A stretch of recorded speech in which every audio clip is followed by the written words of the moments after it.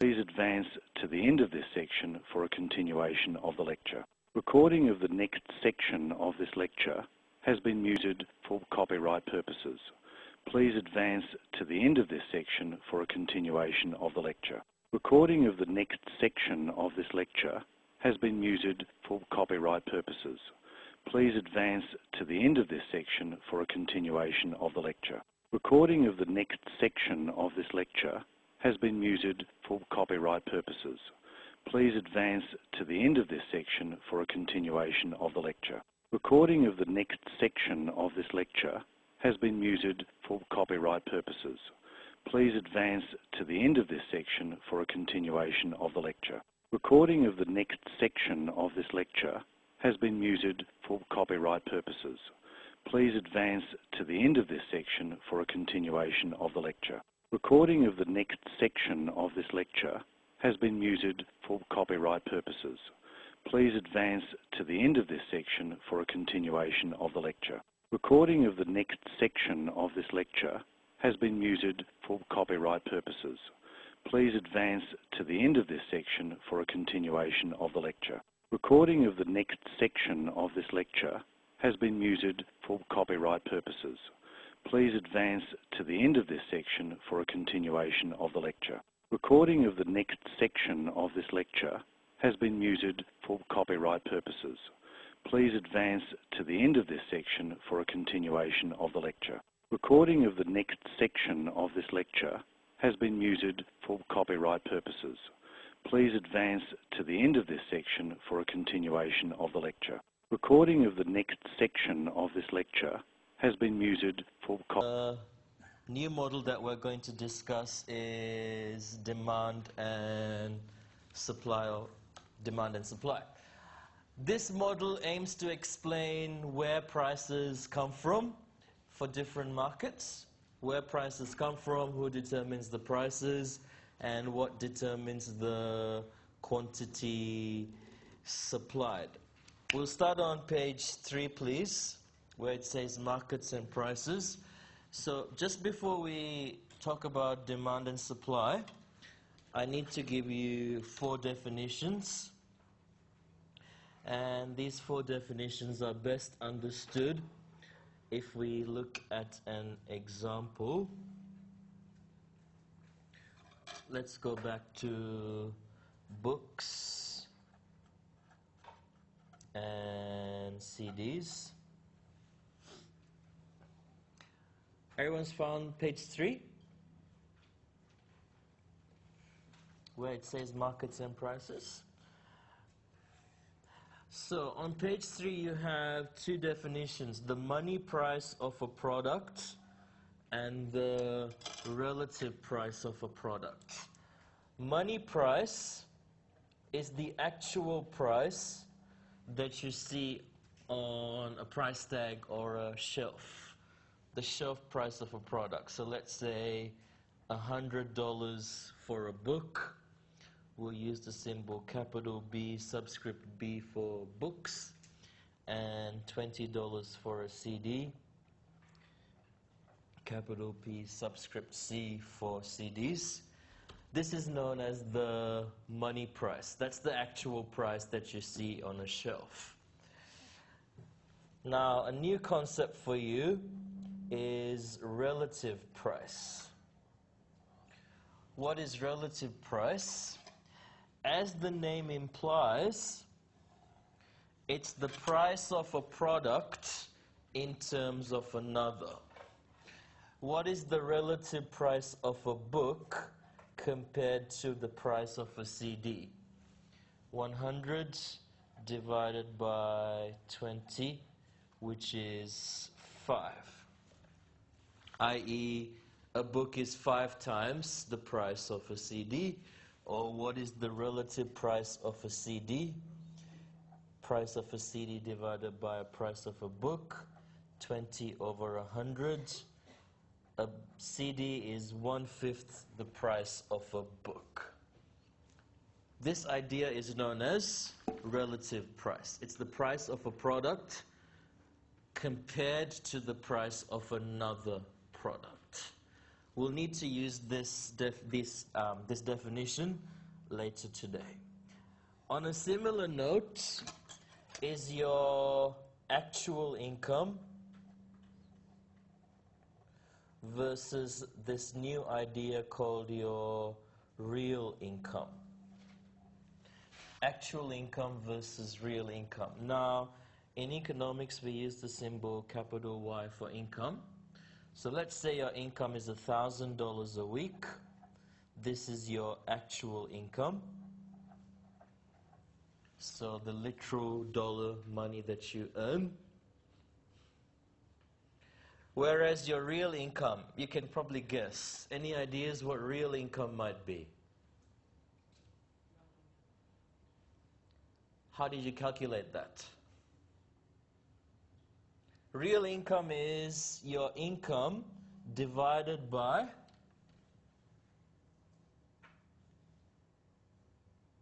you can guess. It's your income divided by price. Income divided by the price of a book. So 1,000 divided by 100, you can buy 100 books with your income. Or in terms of CDs, income divided by the price of a CD, 1,000 divided by 20, you can buy 50 CDs. So if you were paid in books rather than dollars, you would have been paid 100 books. If you were paid in CDs rather than dollars, you would have been paid 50 CDs. Real income is like your purchasing power. How much can your income buy? It is measuring your income not in terms of dollars, but in terms of product. Is that okay? So 2 new ideas for you today. Real income, which is a relative price, which is the price of a product in terms of another, and real income, which is your income in terms of a product, 100 books or 50 CDs. Okay, so the topic today is demand and supply.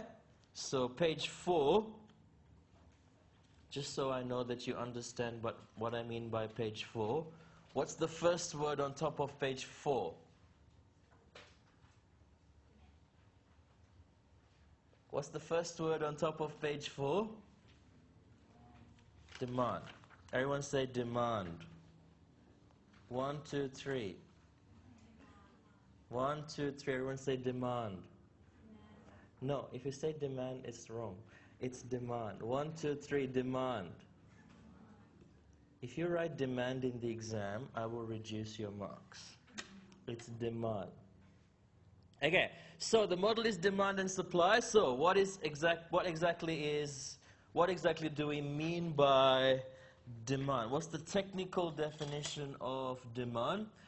In more simpler terms than your slides specify, we can define demand as your willingness and ability to buy a product. Willingness and ability to buy. So you need to satisfy 2 criteria. You have to be willing and you also have to be able to buy a product.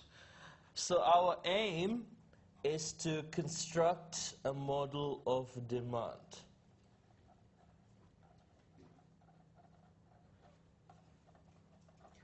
Our aim is to construct a model of demand. So in constructing a model, the question we will ask is, what are the determinants of demand?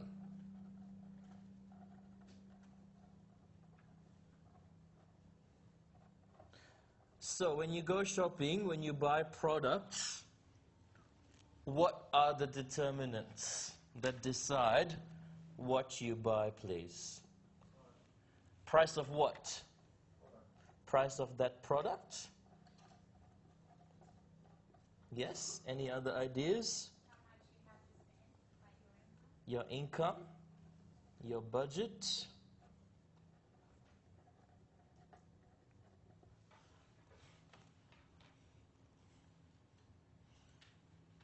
What are the other determinants of demand? Substitutes available, alternatives available.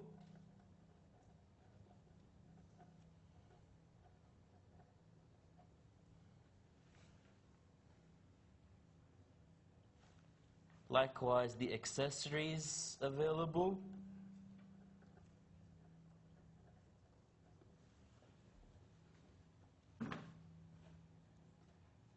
That's all that goes through your head when you go shopping? The quality of the product.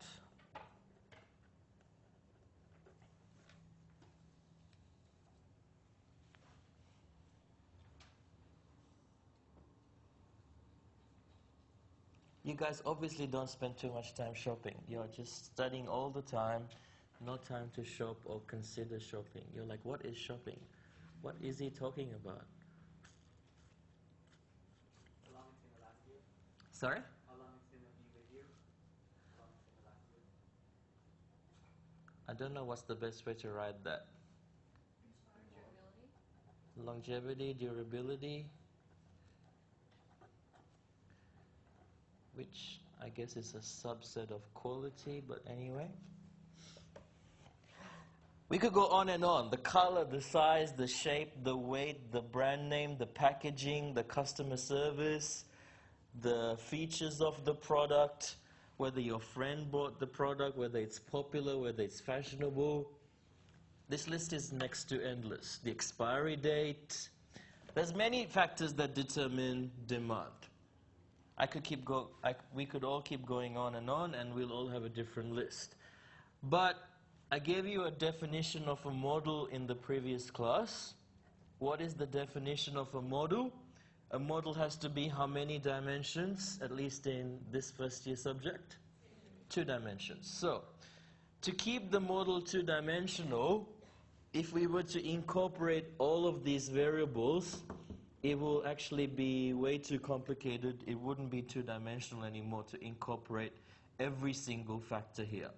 So to keep it 2-dimensional, let's pick what is probably the most important factor, which would be the price of that product. So in building a model of demand, bottom of page 4, we take price as the most important determinant of demand, and we see what is the relationship between the price and the quantity demanded. So in building this 2-dimensional model, we are seeing how the price of that product helps influence the quantity that you demand.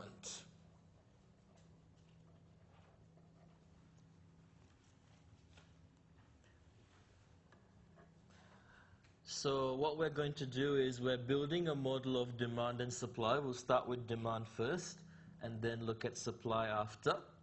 So we've acknowledged that there are many determinants of demand: the price of the product, income, quality, brand name, and many other variables. But to make it 2-dimensional, we'll have to pick one, price, and the quantity that you buy. What kind of relationship will you expect? As the price of the product goes up and nothing else has changed, so as the price goes up and if the quality is unchanged, you would tend to buy less. Would you agree? Excuse me, would you agree with that? If the price goes up and nothing else has changed, then the quantity that you buy the quantity that you demand would go down. Nothing else has changed. This idea, summarized in a Latin phrase, is called ceteris paribus. Ceteris paribus is just a phrase to state that all other variables are unchanged. All other factors remain constant.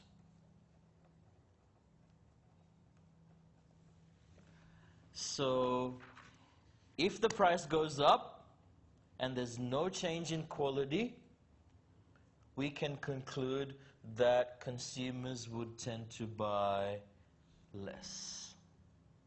Now, it's important to say that no other factor has changed.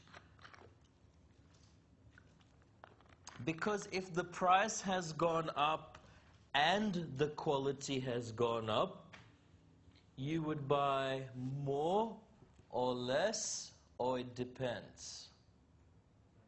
It depends, isn't it? You've changed two factors. It's more expensive and the quality has improved. You've changed two factors. Some consumers will buy more because they're focusing on the quality. Some consumers will buy less because they're focusing on the price. Whenever you change two factors, you can't make a direct conclusion because you've changed two variables. So in economics, we always change one variable at a time and try and keep every other factor constant. So in this case, for example, quality is unchanged. If we say unchanged, we draw a bar on the top to indicate that it is unchanged. Income is unchanged. Quality is unchanged, income is unchanged. Is that okay? It's like in school when you conducted an experiment to see whether plants need sunlight to live. Do you remember that experiment? I ask again, do you remember school? It looks like you've all forgotten.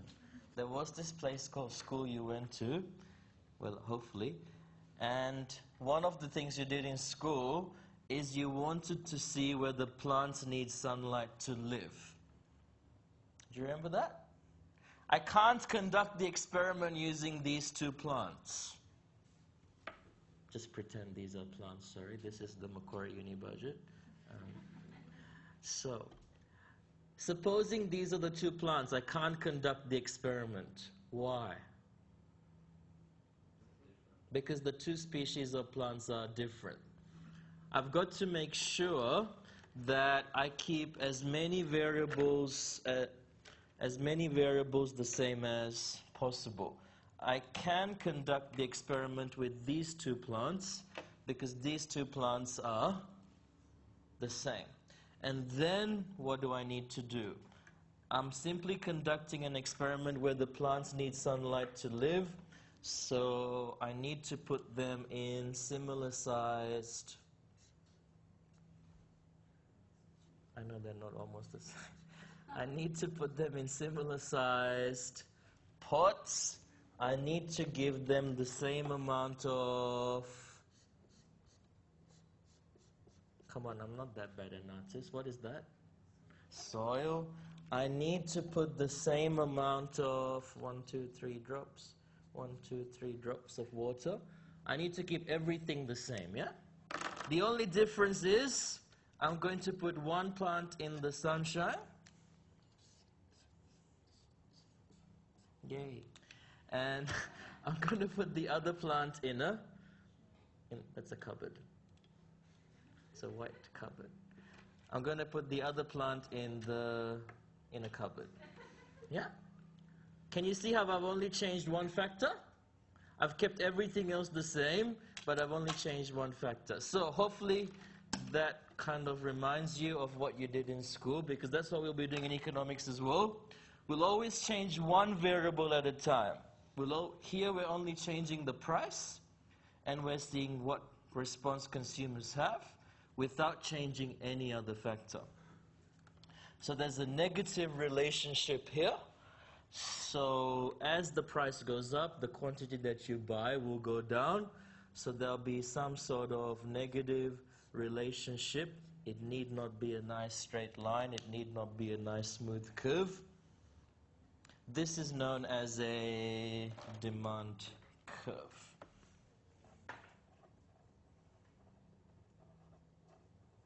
Now, how bumpy that is depends on the numbers that you get.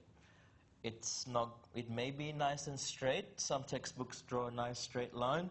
Your textbook draws a nice smooth curve. I've drawn it bumpy. It's most likely going to be bumpy depending on the data. But the important feature is that it is downward sloping. There's a negative or inverse relationship between P and Q, between price and quantity. By the way, capital P, symbol for price, capital Q, superscript D, symbol for quantity.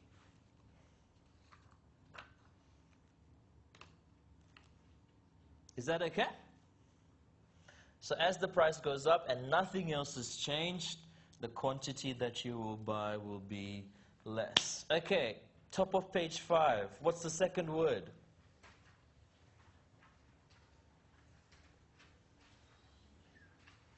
What's the second word on the top of page 5, so I just know that you're on the right page? Very good. Again, can you put a grand heading for that page? The reason why the law of demand exists. On the top of that page, if you could write, the reason why the law of demand exists.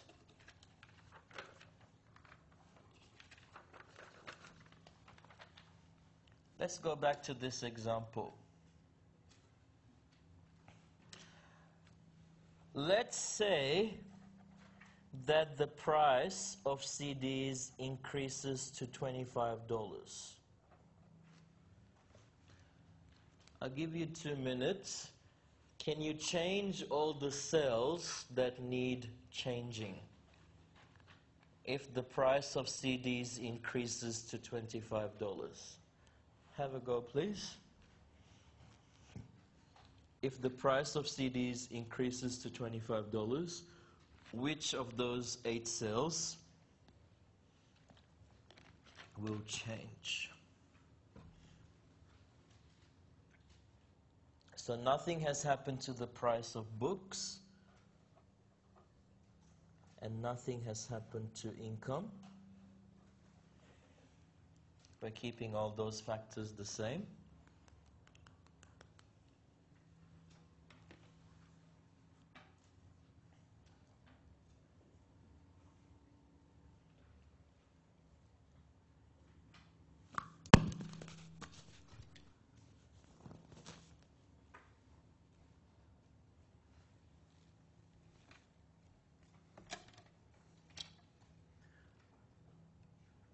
So if you change the price of a CD, does anything happen to the money price of a book?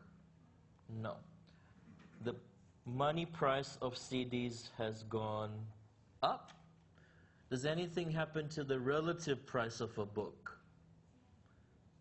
Yes. If you change that to 25, the relative price of a book will go down from 5 to 4. 100 divided by 25 will give you 4. If you change the price of a CD, what will happen to the relative price of a CD? It will go up to a quarter. The relative price of a CD will go up. Does anything happen to your actual income? No. Does anything happen to your real income in terms of books? No.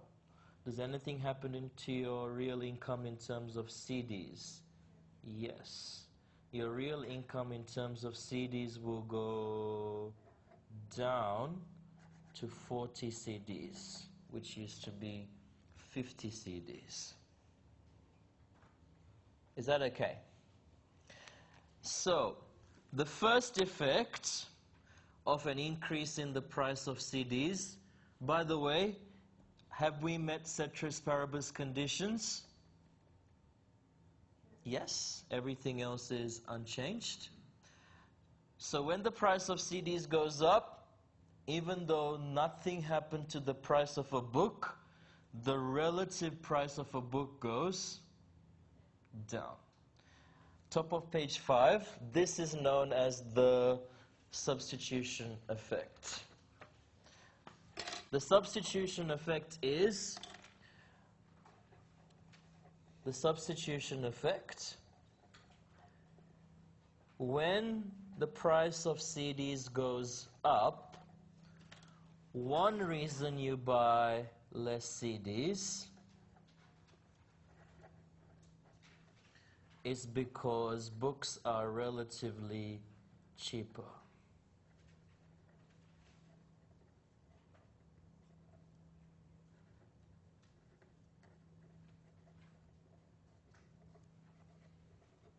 This is known as the substitution effect, which you have on the top of page 5.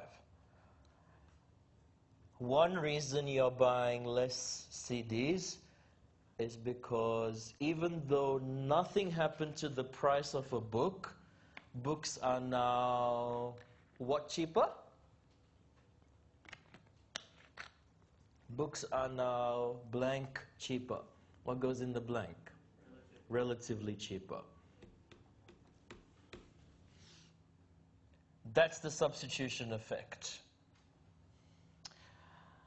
The second effect is when the price of a CD goes up, what happens to your real income in terms of CDs? It goes down. This is known as the income effect, which you also have on the top of page 5. The income effect is when the price of a CD goes up, the second reason quantity goes down is because your real income has fallen.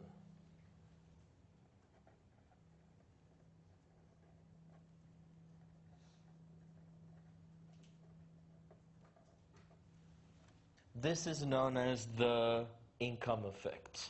One reason you buy less is because your real income, which is your purchasing power, has decreased. Is that okay? So you're probably thinking, I've been satisfying the law of demand all my life, and now Prashan has given me the reasons why. Don't you feel enlightened?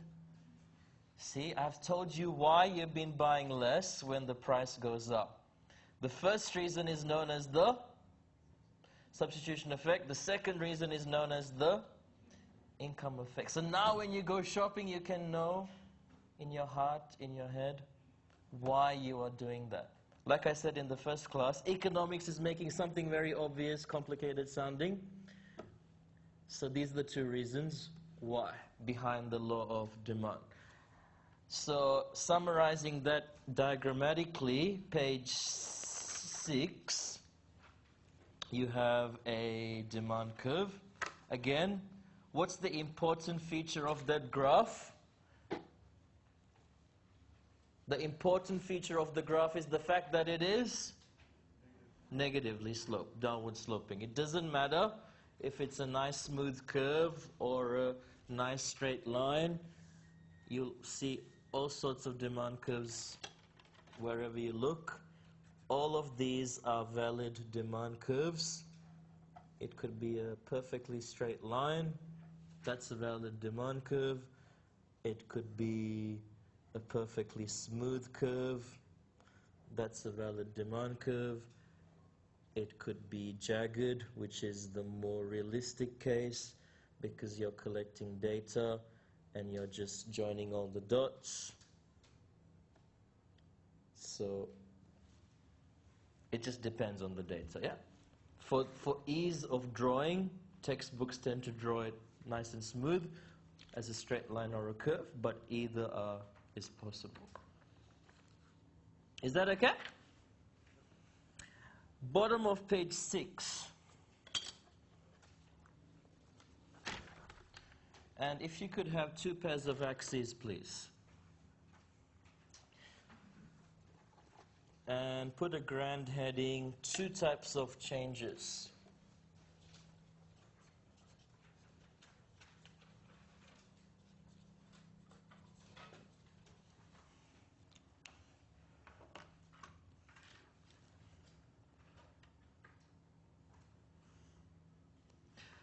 So we're seeing how the quantity that you buy, quantity demanded, is influenced by the price of the product.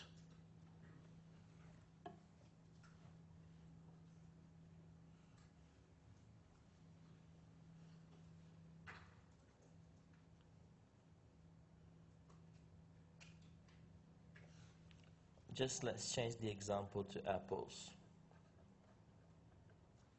Let's say that this is a demand curve for apples. And I'll just draw it jagged. That's the demand curve for apples at the moment. Let's say at the moment the price of apples is $1 a kilo, and we're buying a certain quantity.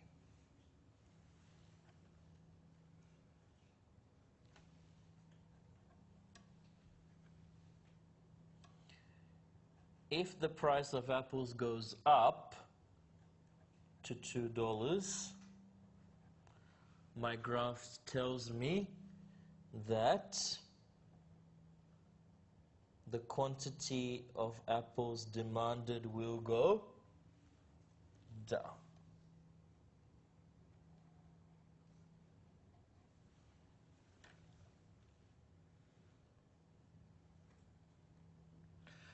The first type of change is a change in price of that product.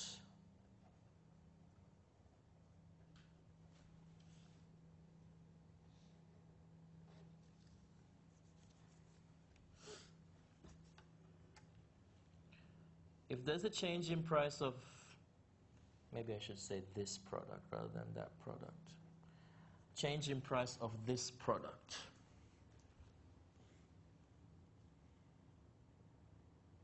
So what have we done?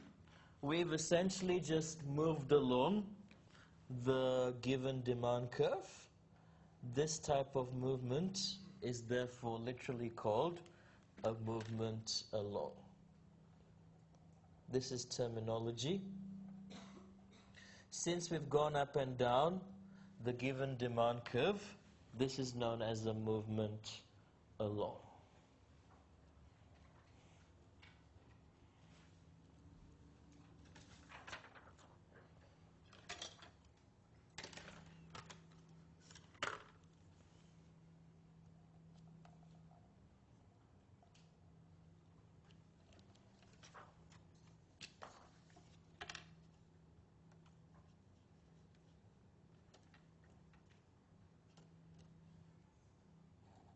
Same demand curve.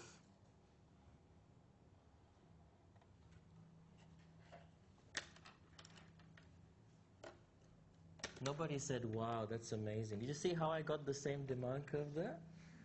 I can show you again.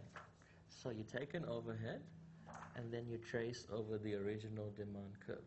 Then you take the overhead, and you put it behind, and then you trace over it. And then you have the exact same curve replicated. 1, 2, 3. 1, 2, 3. Thank you. It does take that much effort. Okay. Back to where we were. The price of apples is $1, and we are buying Q1.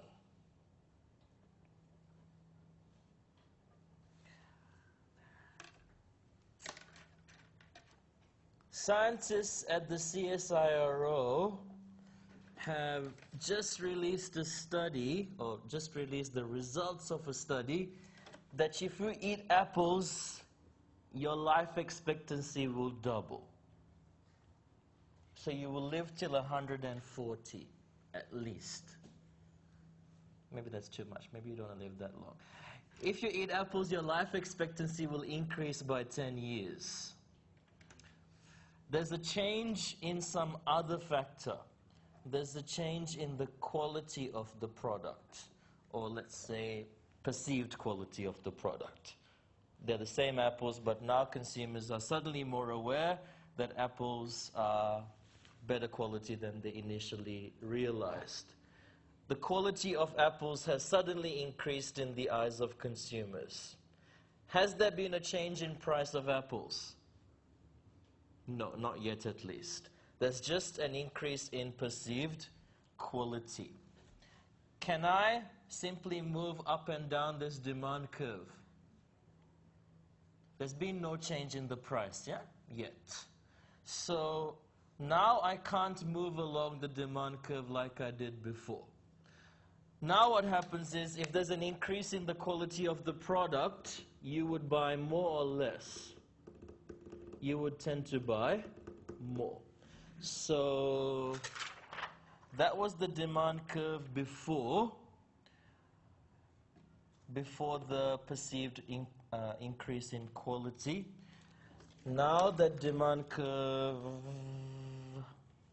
no longer exists. It's now sort of disappeared. What will happen to that demand curve now? Where should I draw it after the change? Should I draw it closer to the origin, or should I draw it further away from the origin? Further away from the origin, because you would tend to buy more compared to before. So that was the demand curve prior to the knowledge that the quality has improved. After there's this improvement in quality, you ignore the original demand curve and you need to draw a brand new demand curve. You need to ask yourself, is it going to be closer to zero, or is it going to be further away from zero? In this case, it is further away from zero. We'll call that D2. And we say that the demand curve has shifted. We use the term shift.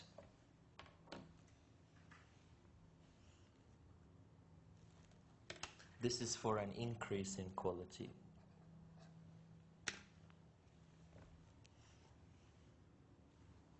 Is that okay? So it's not a change in price like the previous case.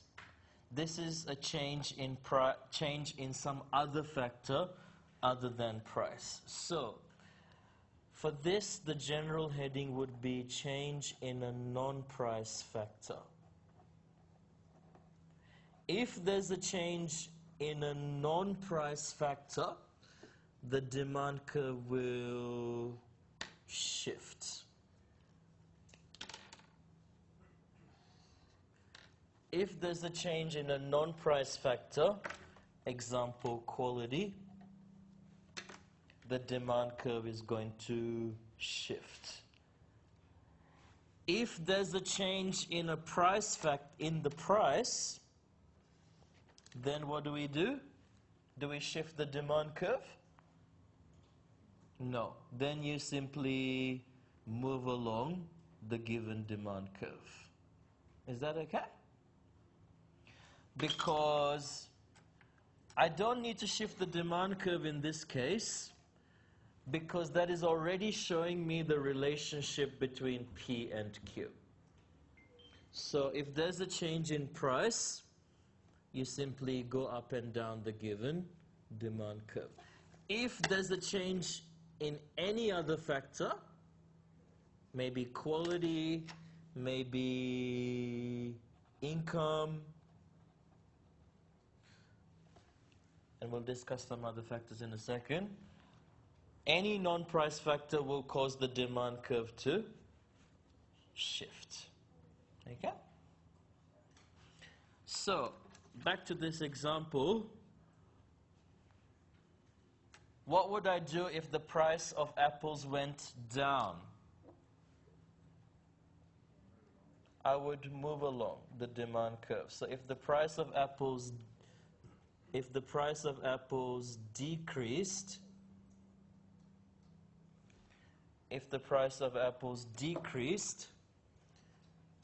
I would move along the demand curve that I already have, and the quantity demanded would increase. Okay, a bit more terminology. For this case, we say there's been an increase in quantity demanded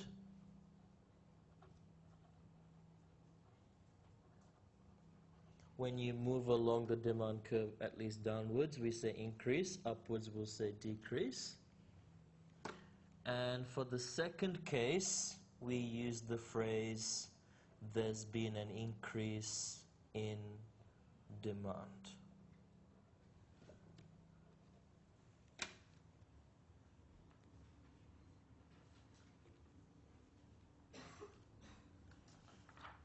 That's just terminology so that you're differentiating between moving along and shifting.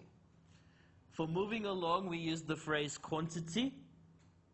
For shifting, we do not use the phrase quantity. That's just a phrasing issue. Here's an easy way to remember. We say quantity demanded because look what's changed. The quantity. We say demand because look what's changed. It's actually demand. So the phrase actually is logical because you're stating what exactly changed. In the top graph, it's not an increase in demand. The demand curve is still the same, but it is an increase in the quantity. In the second graph, rather than a change in the quantity, it's a change in the actual demand. Is that okay? So, to see if you have actually understood the difference, let me give you a phrase and you tell me if it's been correctly worded or not.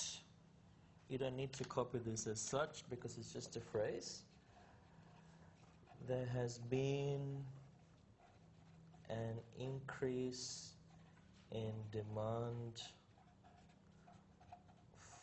for session 3 because fees.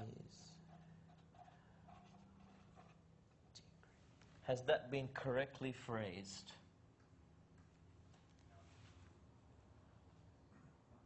What's wrong with the phrase?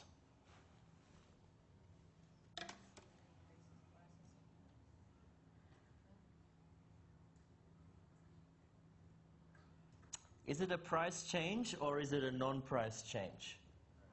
Price change, because it's talking about fees. So are we shifting or moving along? Moving along. Should we use the phrase demand or should we use the phrase quantity demand? If it's moving along, what phrase should we use from the two? Quantity demanded. So the correct phrasing would be, there has been an increase in quantity demanded for session 3 because fees have decreased. Yeah, that would be an example of phrasing it correctly. Now, it may sound pedantic, but that's the way of differentiating whether we've moved along or whether we have shifted. Another phrase. There has been an increase in demand for session 3 because of a rumor that the uni will be bombed in March. Has that been phrased correctly? Say it loudly so it's recorded on the mic. Say, this has been phrased correctly. Then you all sound evil. It's been phrased correctly, yeah? Because, is it a price change or a non-price change?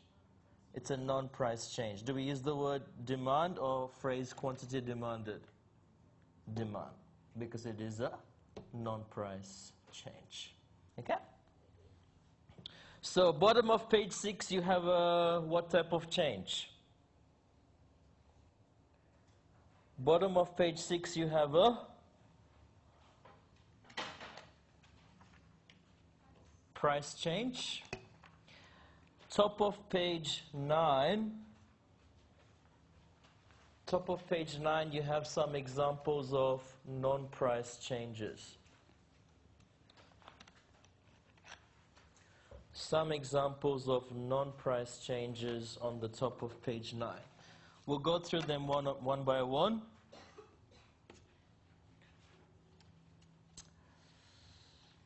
Let's say the product is cars. So on the x-axis, we have quantity of cars, and on the y-axis, we have the price of cars, and we have the demand for cars.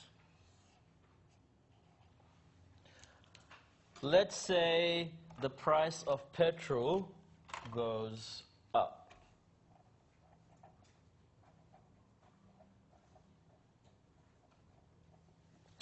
Can you see the price of petrol on this graph? No. This is not the price of petrol. This is the price of cars. So you can't move along because there's been no change in the price of cars. So this still counts as a non-price change because it is a non-price change in terms of cars. It is still a non-price change in terms of cars. If the price of petrol were to go up, what would happen to the demand for cars? The demand for cars would decrease. I would draw the new demand curve closer to 0 or further away from 0? Closer to 0. So this is D1. I'll draw a new demand curve. We'll call that D2. And we have a shift in demand. How would I phrase that? Decrease in quantity demanded or decrease in demand? This is a decrease in demand. 1, 2, 3. Decrease in demand. Okay. What is the relationship between cars and petrol known as? The relationship between cars and petrol, they are known as complements. Complements are goods that are used together, like cars and petrol, education and books, computers and... I have no idea. Computers and what goes with the computer? Computer chair. That's a good answer. Computers and computer chairs are complements. They are goods that are used together. iPhones and their accessories. Android phones and their accessories. Okay, those are complements. The other word on the bottom of page 9.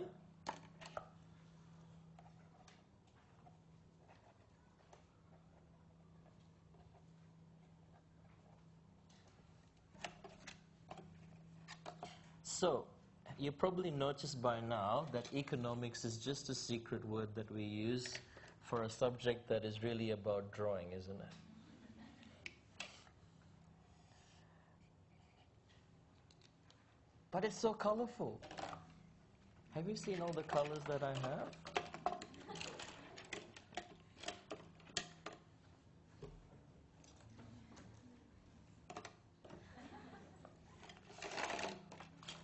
Okay, let's see what happens if the price of public transport rises.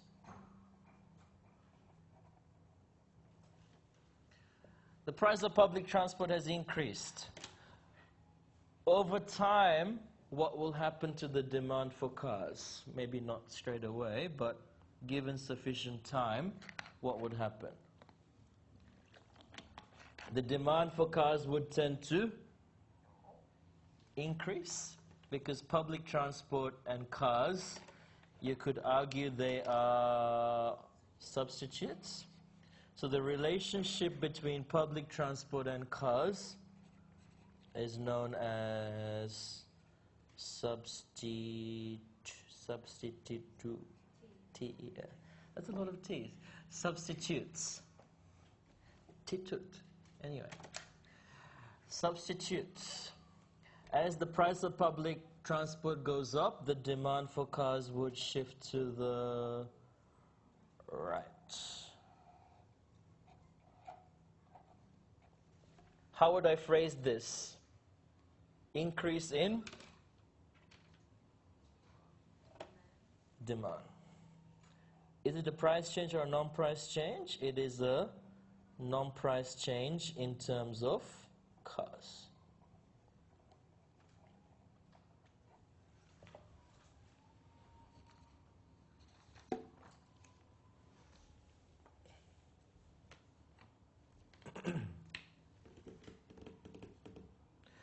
So, basic conclusion is, if there's a change in the price of some other product, it still counts as a non-price change. It will cause the demand curve to shift. Top of page 10. Expected future price.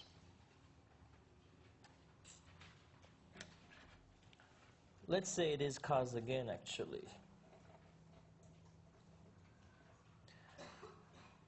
Let's say that the government has just passed a law that comes into effect on the 1st of Jan next year.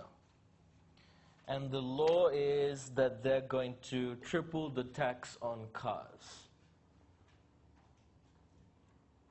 What will happen to the demand for cars today? If you expect the price of cars to increase in January next year, what will happen to the demand for cars today? If you expect the price to increase.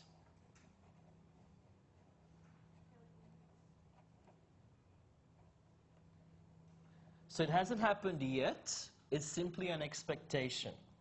Because it is an expectation, it still counts as a non-price change. Because the price hasn't actually changed. It's simply an expectation that it will change. So the key word here is expect, not the fact that the price has gone up. It hasn't gone up yet.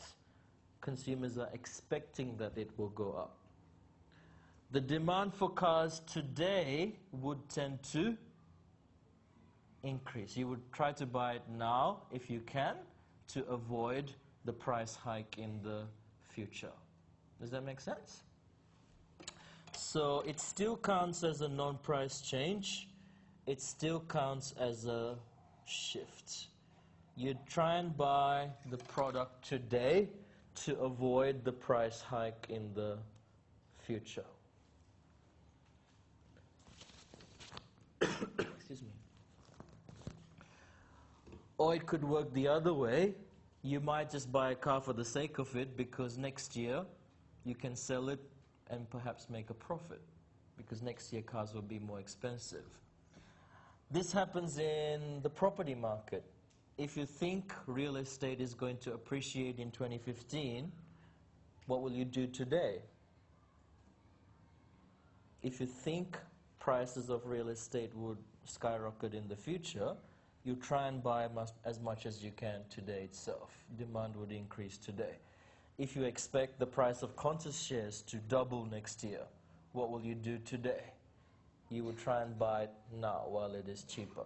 So expectations in general cause the demand curve to shift. If it's a favorable expectation, you would want to buy more, or the reverse. If you expect contest prices to plummet next year, then the demand today would decrease. You tend to avoid buying that product. Sounds good? Still on the top of page 10. Excuse me, I am losing my voice. I'm just going to take one of these. It's not a lolly. I'm not enjoying it. It's just, I've just lost my voice. You can eat if you like as well. Nobody felt sorry for me and said, oh, you don't care, do you? Even if I died here.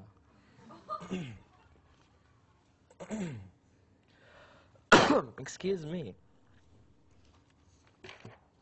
Of this lecture. Nation of talking and not sleeping while marking 1,004 students in session 2. You're getting your results on Thursday, aren't you? Isn't that exciting? Still on the top of page 10, a change in income.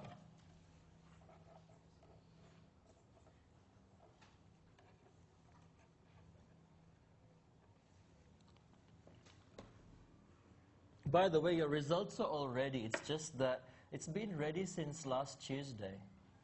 But it has to go from the lecturer to the head of department, to the head of faculty, to the head of someone else, to the head of someone else, to the head of someone else. And then on Thursday, there's a meeting at 12:30, I think, and that meeting finishes at 4, and then your results get released at 4:30, isn't it? So it's just sitting there on a computer. It's been ready since last Tuesday. It takes 10 days for us to approve, and then it gets released. It just gives the university more jobs to do and keeps more people employed. It's true.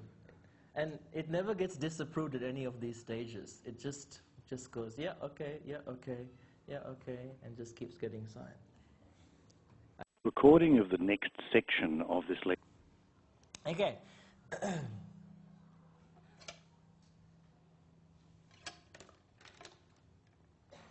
Income. Let's say your income increased. By the way, capital Y is income. What happens if your income increases?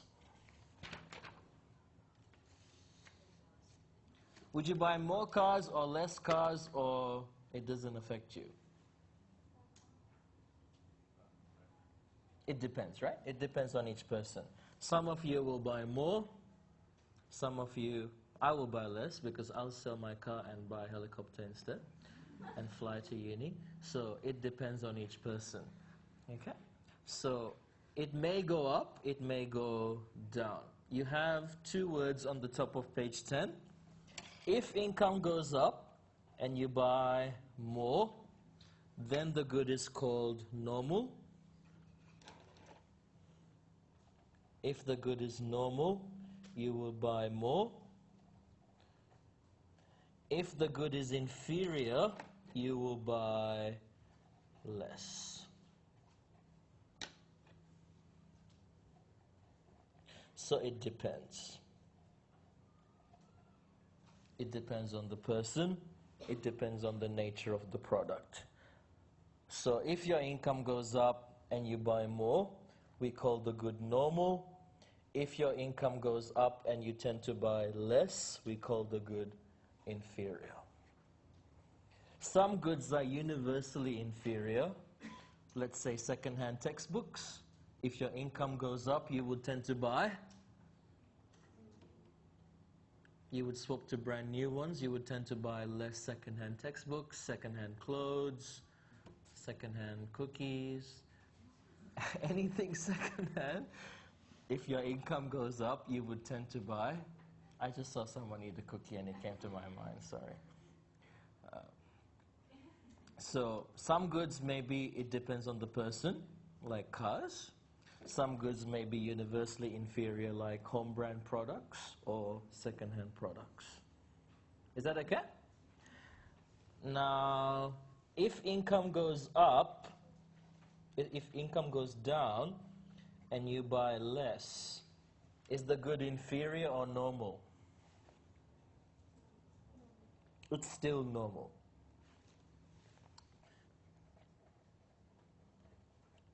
If income goes down and you buy more, then the good is inferior. So your income has fallen and you start buying this product in larger quantities, then the good is inferior.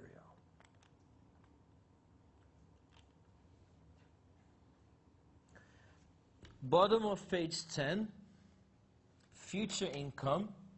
Future income also has the same impact as actual income.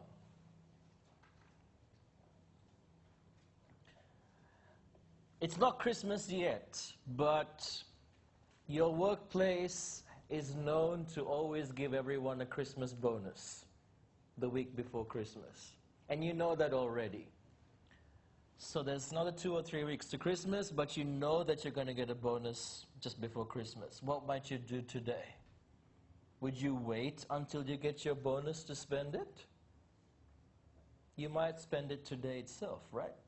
If you use a credit card, you still get 55, 60 days interest free.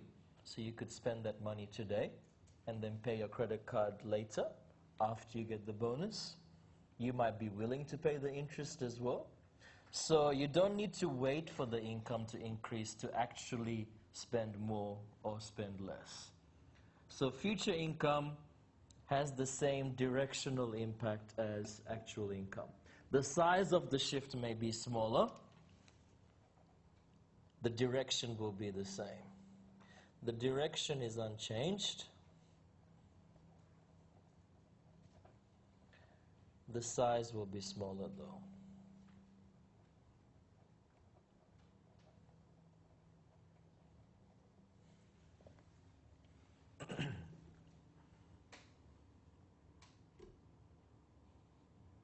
So if you got $10,000 in your pocket today, whereas compared to $10,000 in a year's time, if it's normal, you tend to buy more, whether you're getting it in a year or today. But if you're getting it in a year and you're borrowing against that, it will shift by less. Is that okay? The impact of future income? Because you can borrow against that future income, either interest-free or with interest. And the last two on page 10, population and preferences, which are the obvious two. If the population increases, demand will shift to the right, yeah. If the population increases, demand will shift to the right. If a product becomes more fashionable, demand will also shift to the right. Population increases means there's more consumers. Preferences increase, more consumers want to buy the product. Either case, the demand curve will shift to the right.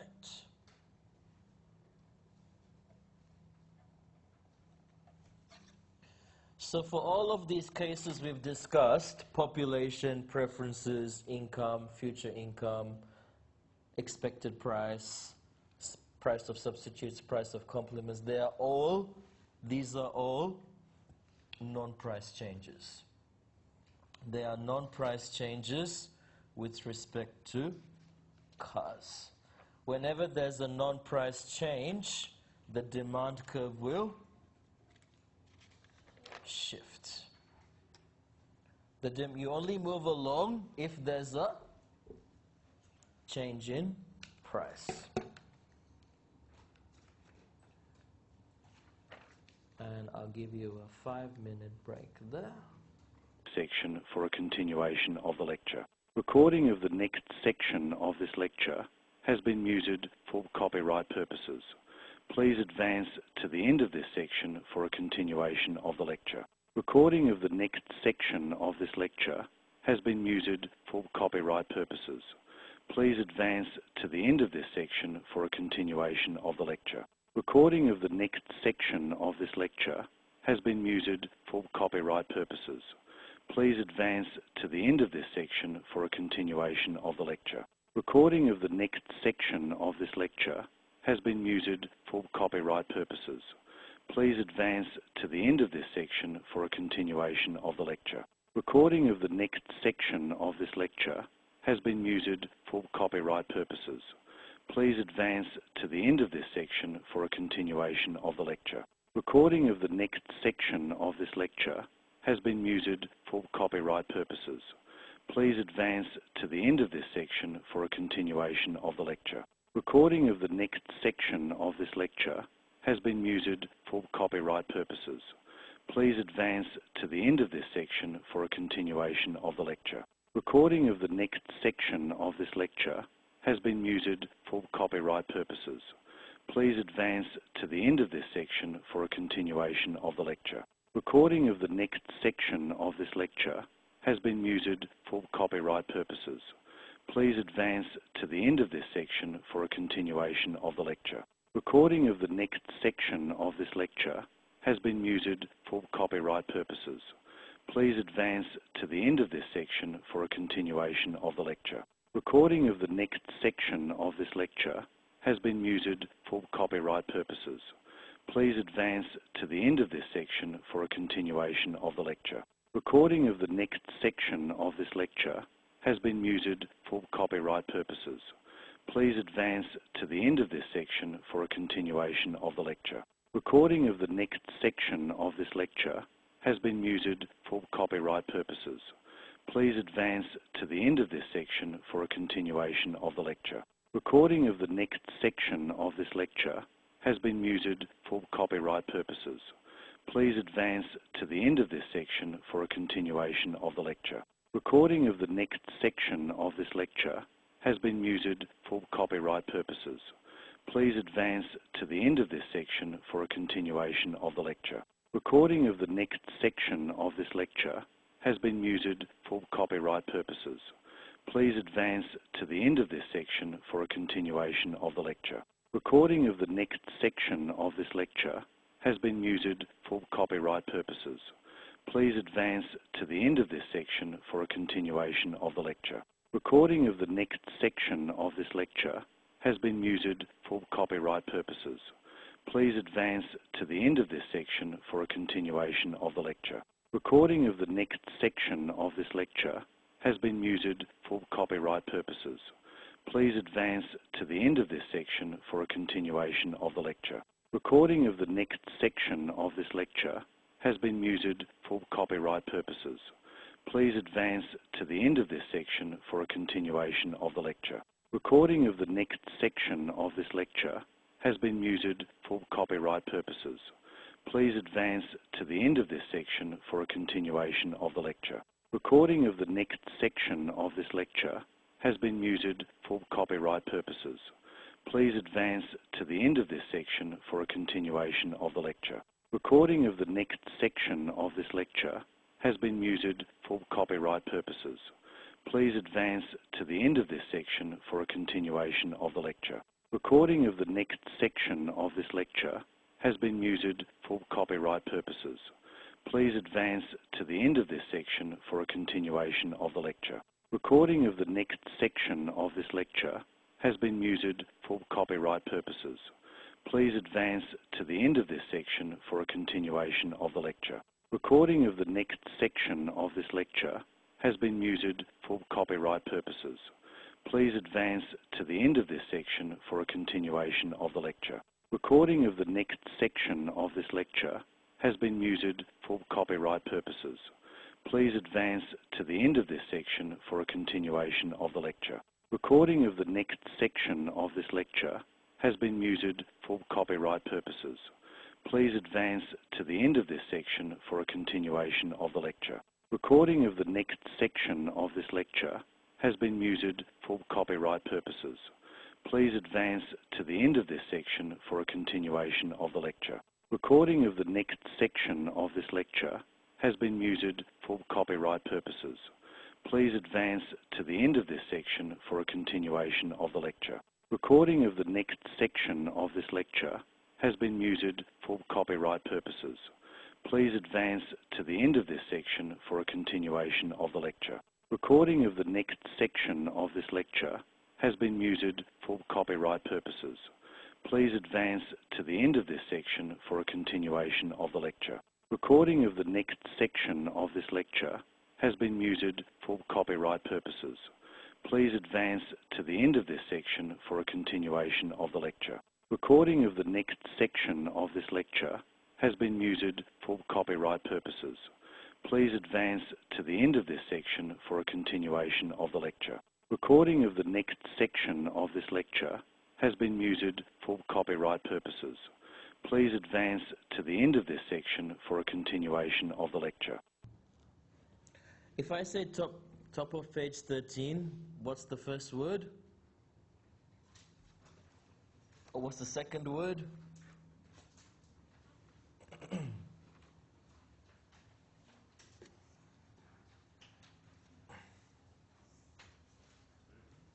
Second word is?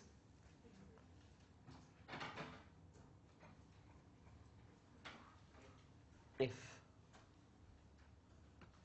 Top of page 13, the second word is if. I'm sorry I have to keep calling page numbers because I can't manipulate both screens. Because again, we haven't... Recording of the next section of this lecture has been muted for copyright purposes. Please advance to the end of this section for a continuation of the lecture. Recording of the next section of this lecture has been muted for copyright purposes. Please advance to the end of this section for a continuation of the lecture.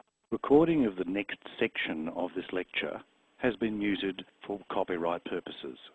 Please advance to the end of this section for a continuation of the lecture. Recording of the next section of this lecture has been muted for copyright purposes. Please advance to the end of this section for a continuation of the lecture. Recording of the next section of this lecture has been muted for copyright purposes. Please advance to the end of this section for a continuation of the lecture. Recording of the next section of this lecture has been muted for copyright purposes. Please advance to the end of this section for a continuation of the lecture. Recording of the next section of this lecture has been muted for copyright purposes. Please advance to the end of this section.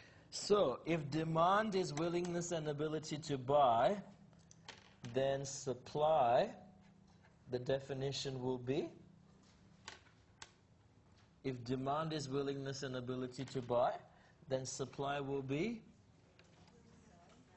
willingness and ability to sell.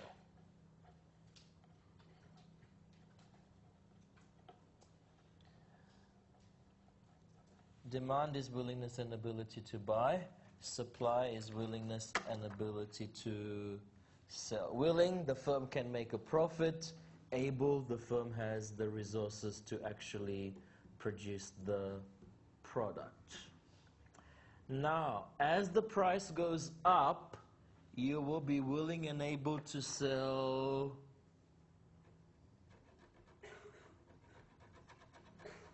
This always stumps students.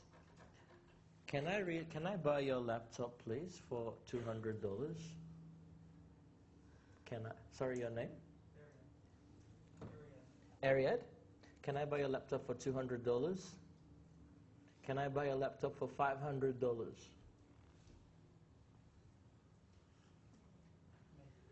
Can I buy a laptop for $800?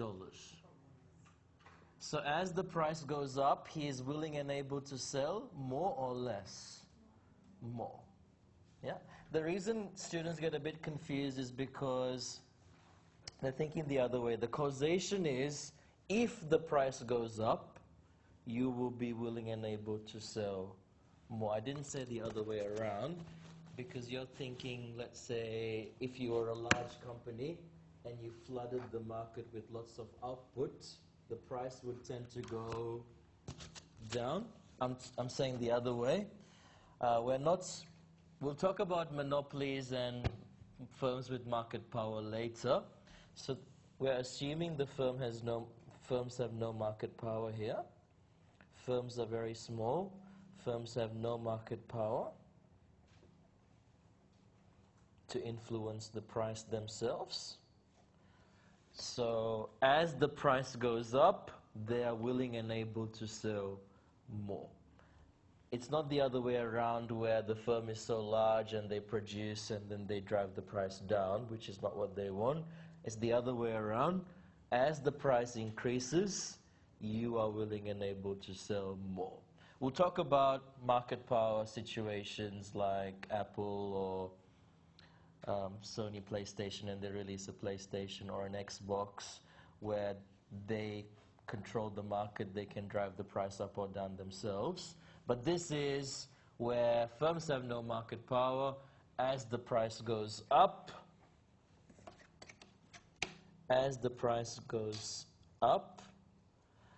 firms are willing and able to sell more.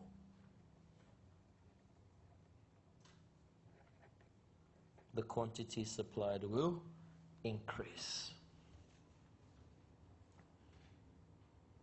So the demand curve, there's a negative relationship. The supply curve will have a positive relationship. Again, it need not be a smooth curve. It can be a straight line. It can be a smooth curve. The important feature of this graph is the fact that it is upward sloping. As the price goes up, assuming that you're a firm that can't control the price yourself, as the price goes up, you'll be willing and able to sell more. As the price goes down, you'll be willing and able to sell. As the price goes down, you'll be willing and able to sell less. Just as in the case for demand, the same applies to supply. There are two types of changes. You can move along the supply curve, or you can shift the supply curve. Just as the case for demand, when would you move along if there was a change in price? If there's a change in price, you would move along. So let's say there was an increase in price, you would move along the given supply curve.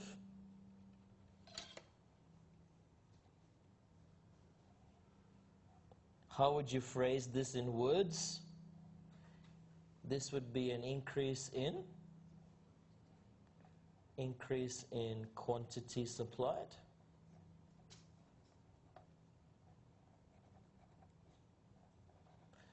And if there was a change in a non-price factor,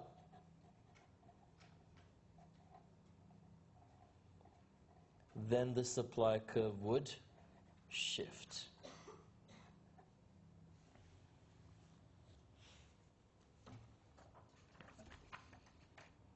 If I use your handout, then I can say the page numbers.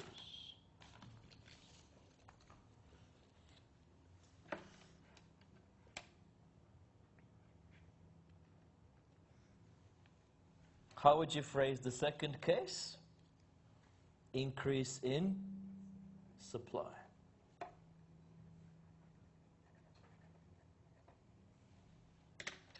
So change in price, you would move along.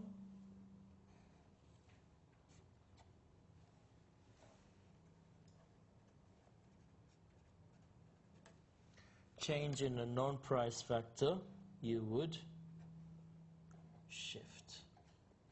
So the exact same ideas apply to supply, just like they apply to demand.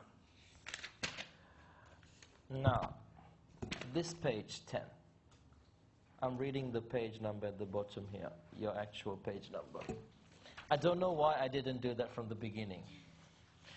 I should have just read the page number from the copy that you had.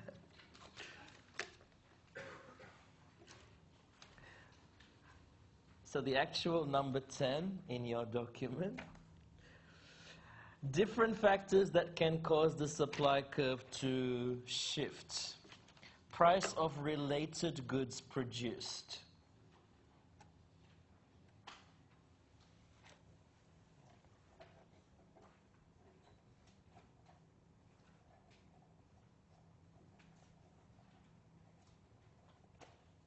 This is the supply curve of chicken feet.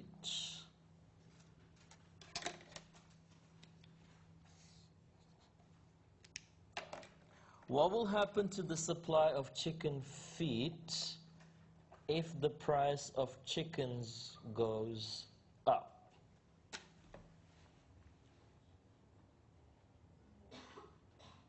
If the price of chickens goes up, farmers will get excited and they will produce more chickens. And then they will kill the chickens. And when you kill a chicken, you automatically get chicken feet. Yeah? You don't kill a chicken for the feet. You kill a chicken for the chicken. When you kill a chicken for the chicken, you automatically get chicken feet. These are known as complements in production. Chickens and chicken feet are known as complements in production. These are different from complements. Complements in production are goods that are produced together. They are not the same as complements.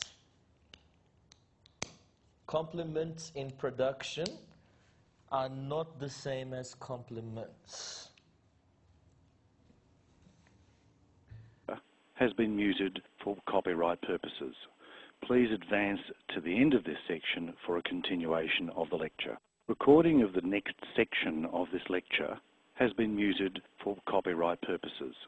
Please advance to the end of this section for a continuation of the lecture. Recording of the... Whereas complements in production are not produced together, they are... complements in production are not consumed together, they are produced together. So if the price of chickens goes up, the supply of chicken feet will go up.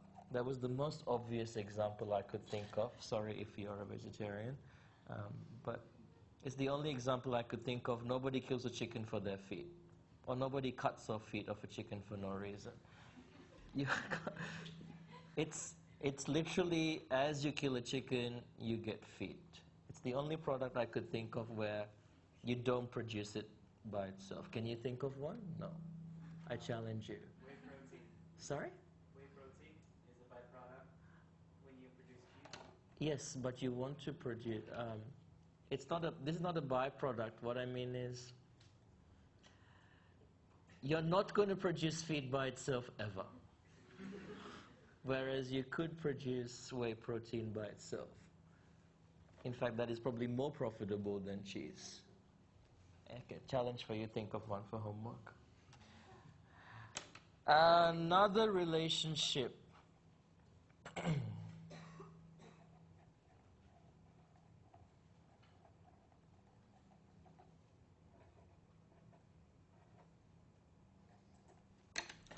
This is the supply curve for theme parks. And the price of agricultural products has increased.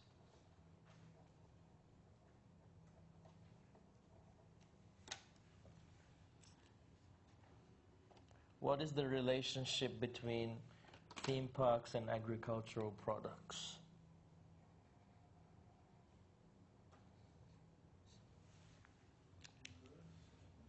They both use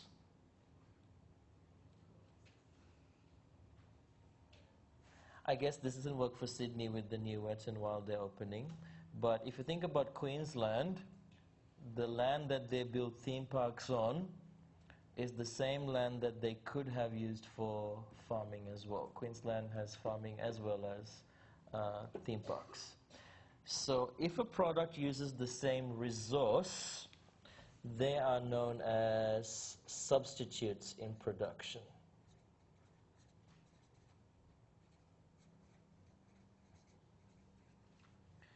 they use the same resource. So this phrase, please advance to the end of this section for a continuation of the lecture. Recording of the next section of this lecture has been muted for copyright purposes. Please advance to the end of this section for a continuation of the lecture. Recording of in production are not necessarily alternatives. They are simply goods that utilize the same resource. Okay? So this may not apply to Wet n Wild because I don't think any fruits will grow in Western Sydney, but this applies to Queensland, where the land in Queensland can be utilized to build theme parks or other touristic venues, and that land could be used for agricultural purposes as well.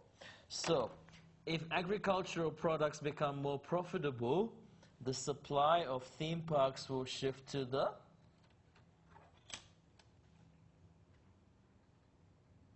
more and more farmers would want to use their land for agricultural purposes as opposed to theme parks. So the supply curve will shift to the left. I know it's an extreme example, but it's just to get you thinking. So the banana industry gets so profitable that they demolish DreamWorks and they turn it into a banana plantation.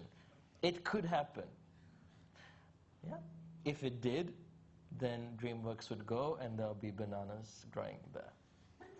Yeah. It's just the idea that I want to get across. So these are different from complements and substitutes. They're complements in production, they are produced together, or substitutes in production, they use the same resource. Produced together, use the same resource.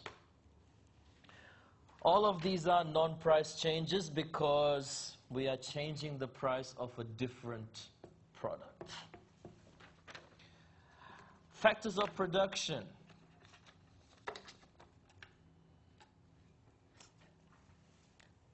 Let's go back to cars. You've got the supply of cars.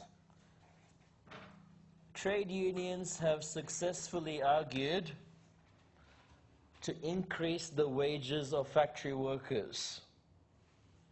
But factory workers are not being more productive. So they're getting paid more for doing the same job that they used to, and they're not increasing their productivity.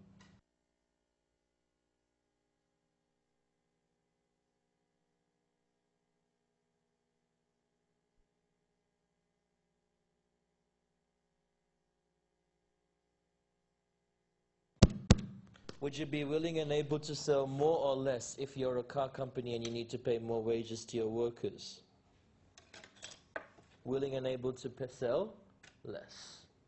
I'm assuming that that hasn't changed their productivity. You're just paying them more to do exactly the same job that they used to, so you'll be willing and able to sell less. Supply will shift to the left.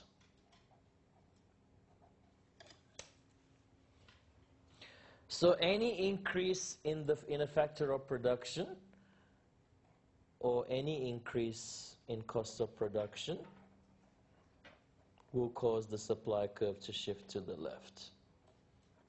It could be wages, it could be your electricity bill, it could be your water bill, it could be an extra tax that firms have been required to pay by the government. Any increase in the cost of production will cause the supply curve to shift to the left. And bottom of page 10, future prices. Let's say real estate.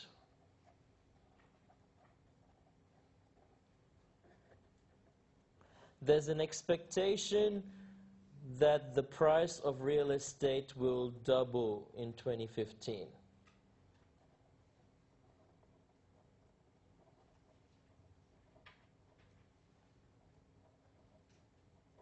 What will happen to the supply of real estate today?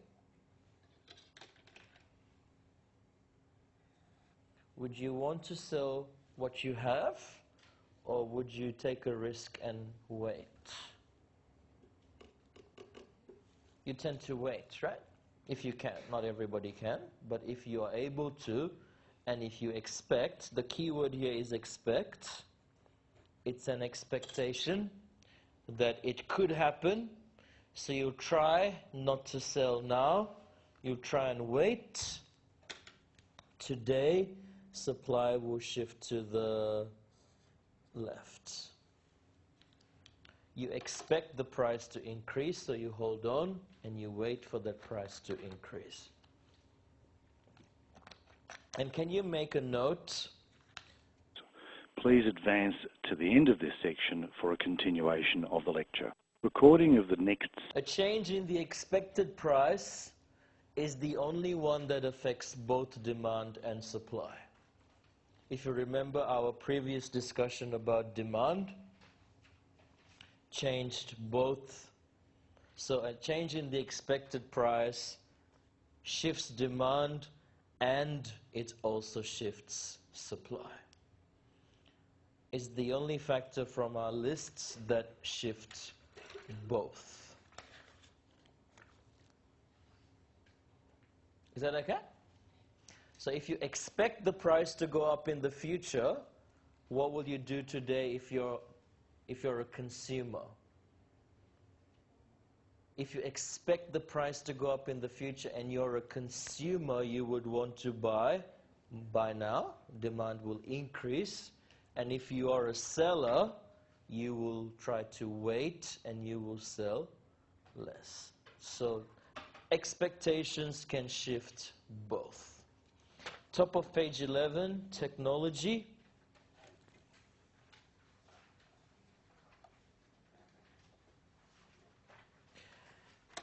If there's a technological improvement,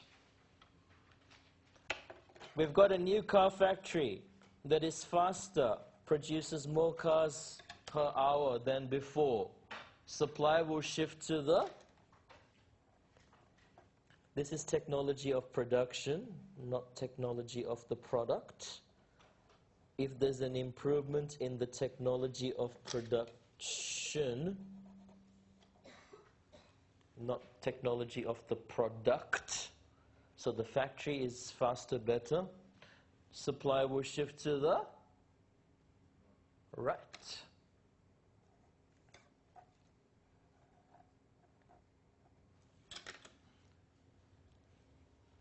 Basically, it's safer if you come to class. I printed 100 of these this morning. Maybe I should give some to you as well. That's for the whole semester, that's not just for today. We'll see how many I use.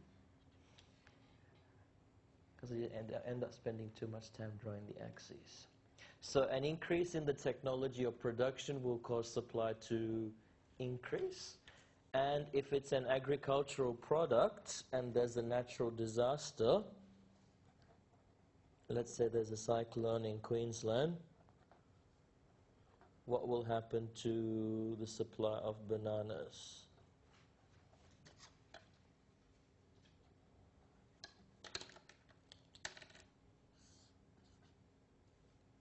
Supply will shift to the left.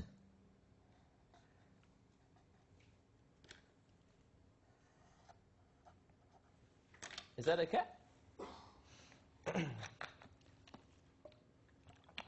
We used to give in the past midterm written tests. We don't anymore. And once the question was, there is a cyclone in Queensland, what will happen? And at the time, we used to have a bigger proportion of international students than local students.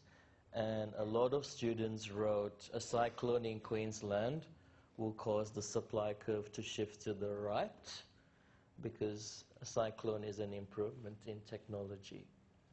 Because we call it a cyclone, but in other parts of the world, they're not called cyclones, they're called typhoons. So we had to mark both answers correct, because that sounds like technology, like cyclonic.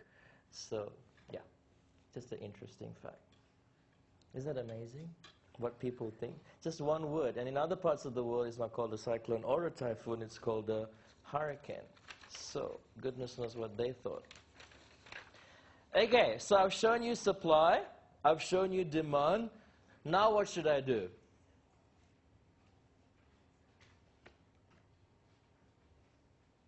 I've shown you supply, somewhere here. That's supply. I showed you demand. I think I've lost it.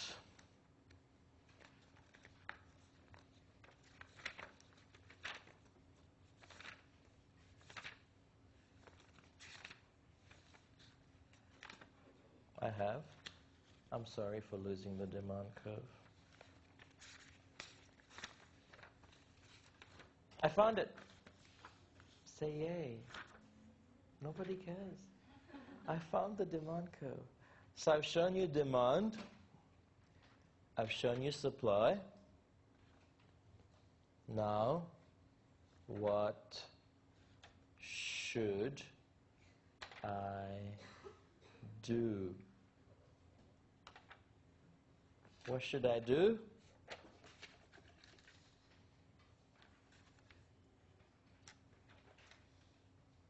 What should I do? What should I do? What should I do? Don't spoil the surprise. It's a rhetorical question. And I was singing at the time as well. Demand.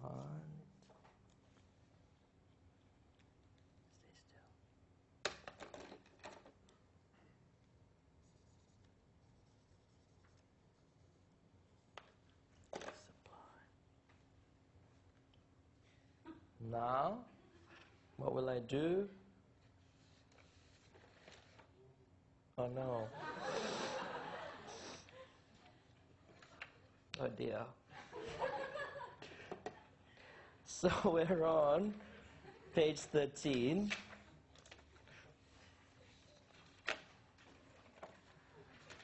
We're on page 13 and we're going to talk about that blob.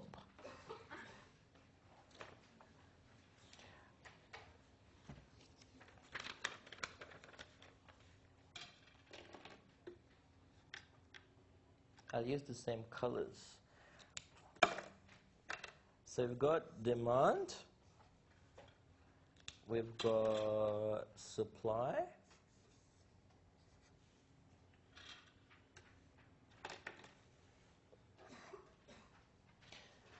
now when we put the two together, you can just put capital Q without the D or the S.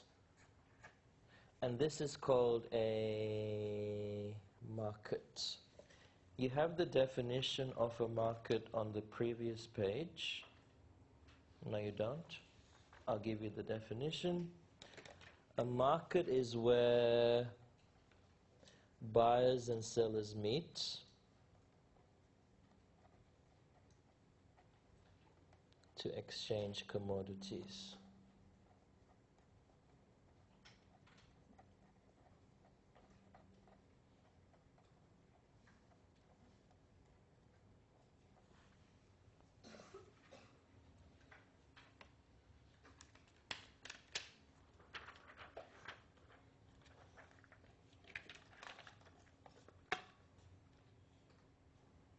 So what happens in a market? Let's say the price is $2. So this is how you read the graph. You look at the y-axis. You start here. It's actually less intuitive because in school you look at the x-axis first, but in this instance you look at the y-axis first. You look at the price, and then you work your way to both the supply curve and the demand curve. So at a price of $2, you look at what is the quantity supplied and what is the quantity demanded.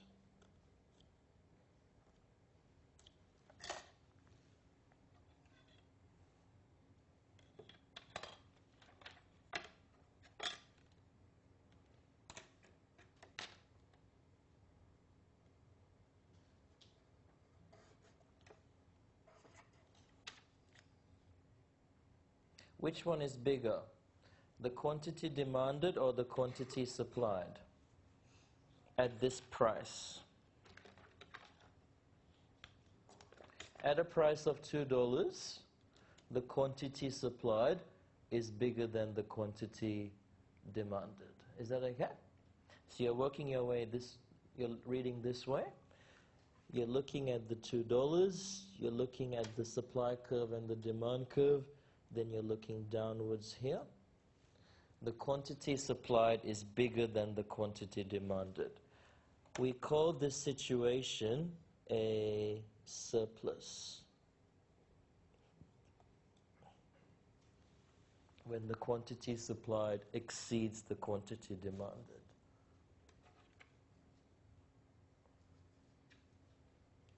So sellers can't sell everything that they brought to the market. At a price of $2, the quantity supplied exceeds the quantity demanded. So what will sellers start to do? If you go to Macquarie Centre towards the end of the day, what happens in the food court? When they realize that they haven't been able to sell everything, they start to drop their prices. So sellers will start to bid prices down.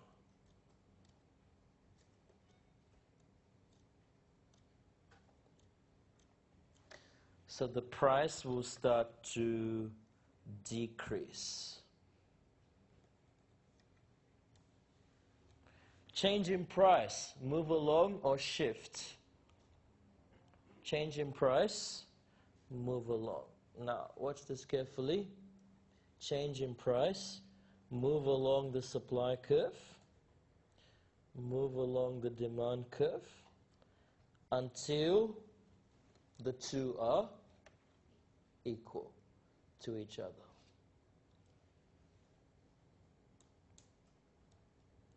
Move along demand and supply until the two are equal.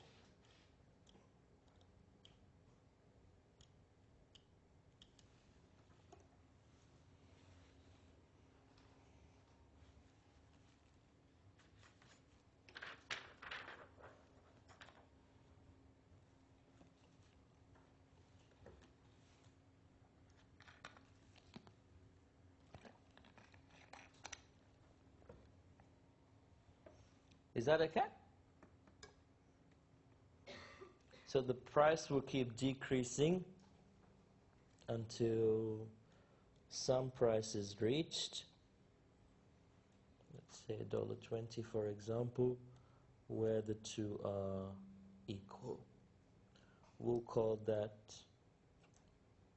Q superscript E.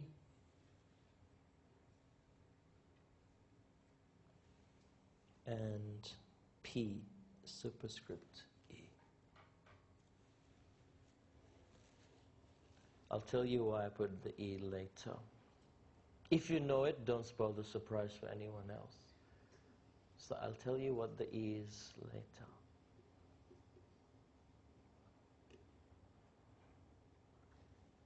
Is that okay?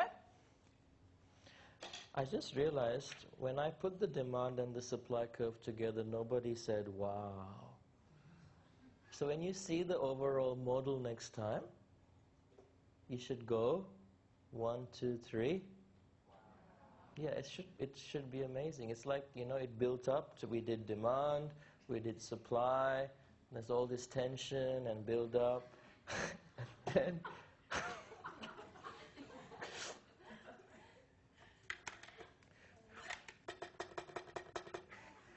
don't do that, I can't get up.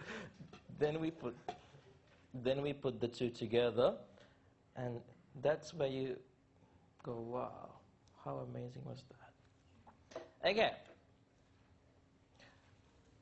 Now, that's when the price is $2 when it's too high. What if the price is too low? Let's say 80 cents. Again, you're reading this way. You're seeing what is the quantity supplied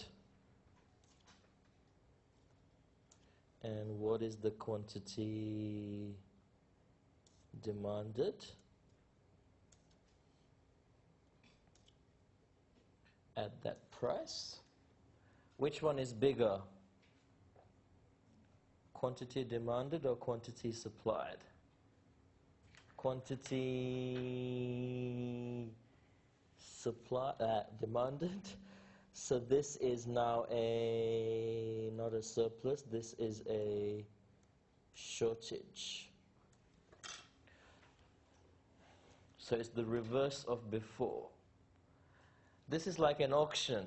10 families have come to buy one house, and what do they start to do? They start to bid the price up until the two quantities are equal. So at this price, at a price of 80 cents, the quantity demanded exceeds the quantity supplied. So here buyers start to bid prices upwards.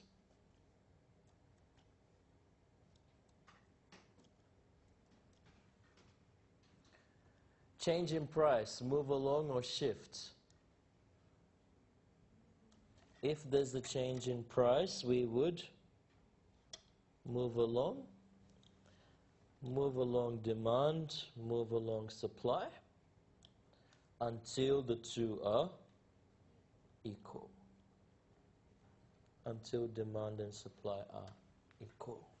So as the price goes up, you move along the demand curve, you move along the supply curve, until the two are equal. This will give you an equilibrium price.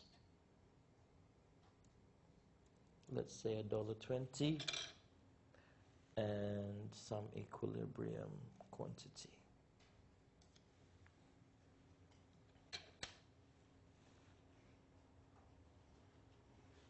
Is that okay?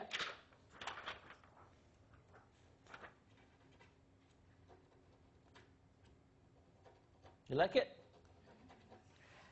So what was that E? I didn't tell you the E.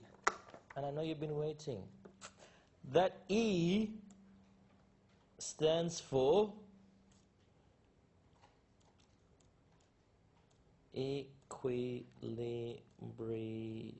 Everyone say equilibrium. That is the equilibrium quantity, and that is the equilibrium price. Equilibrium is a general idea, not just for this model. If you could add a definition, equilibrium is where two forces are balanced. So it's a generic concept, not just for this model.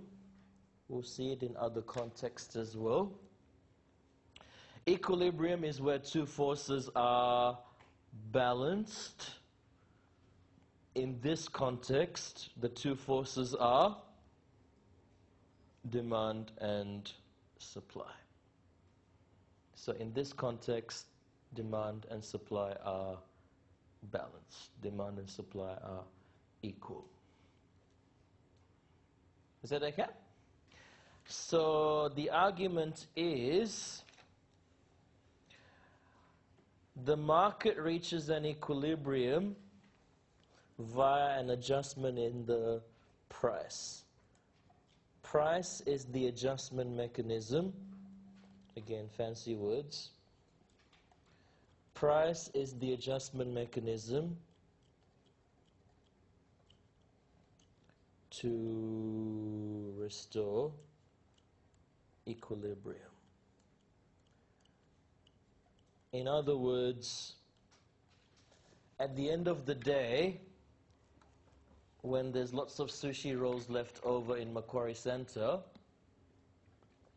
you don't need Tony Abbott to pass a law and say, I hereby declare sushi rolls illegal, or whatever law he wants to pass because there's a problem of excess sushi rolls. The market will adjust the problem itself via a change in the price. So price is the adjustment mechanism. You don't need the government to step in. and try and make demand and supply match. You don't even need an economics lecturer to walk across the Macquarie Centre every day and tell them what to do. The price will automatically adjust. If there's an excess supply, if there's a surplus, the price will go down. If there's a shortage and excess demand, the price will go up. So the price will adjust until the two are balanced. Yeah. You don't need the government, you don't need the Reserve Bank, you don't need Macquarie University or anyone to step in to adjust, to make sure the market reaches stability. Amazing, isn't it? You feel that your life has improved with this knowledge? So we'll leave it there. Muted for copyright purposes. Please advance to the end of this section for a continuation of the lecture. Recording of the next section of this lecture has been muted for copyright purposes. Please advance to the end of this section for a continuation of the lecture. Recording of the next section of this lecture has been muted for copyright purposes. Please advance to the end of this section for a continuation of the lecture. Recording of the next section of this lecture has been muted for copyright purposes. Please advance to the end of this section for a continuation of the lecture.